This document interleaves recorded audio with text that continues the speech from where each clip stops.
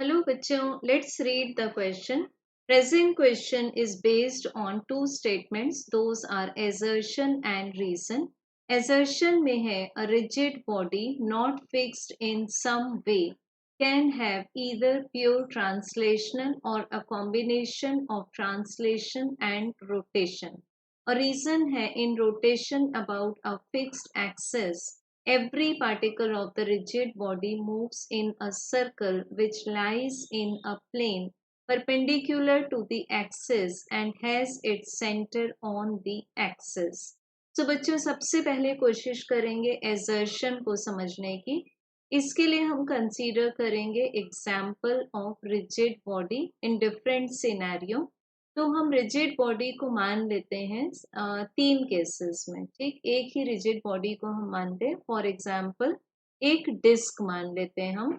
अब इस डिस्क को जब हम एक फ्री सरफेस पर छोड़ देंगे, सपोज हमने इस पर सिर्फ एक टॉर्क लगाया और इसको रिलीज कर दिया, तो ये जो डिस्क है ये दो टाइप के मोशन परफॉर्म करेगी, translational as well as rotation. Means it is a combination of translation and rotation.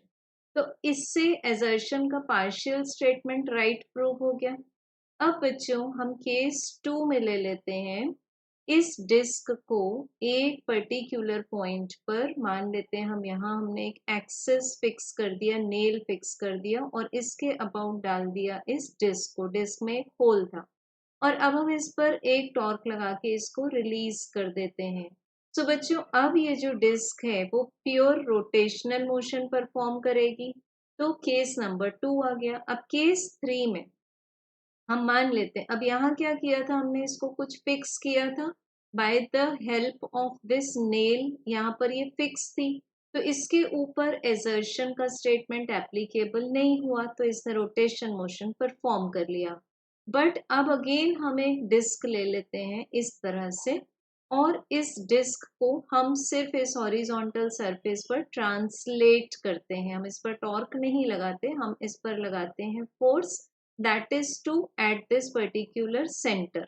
तो ये जो डिस्क है वो आगे मूव होगी, इट मीन्स ये स्लाइड होगी, तो हम इसको बोलेंगे ट्रांसलेट. तो ये डिस्क भी फोर्स अप्लाई करने के बाद जब रिलीज की गई तो ये फिक्स नहीं थी, तो इट मीन्स हम बोल सकते हैं कि assertion इज ट्रू.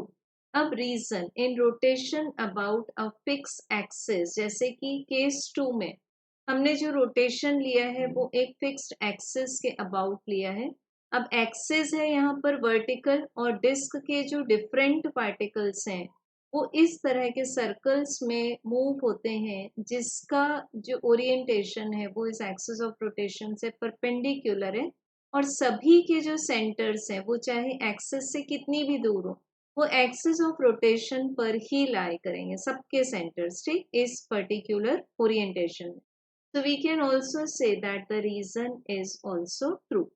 तो therefore हम बोल सकते हैं कि दोनों ही स्टेटमेंट ट्रू हैं, बट रीजन ये बात एक्सप्लेन नहीं कर पा रहा कि ट्रांसलेशन या फिर कॉम्बिनेशन ऑफ ट्रांसलेशन ये दोनों केसेस में क्यों होगा.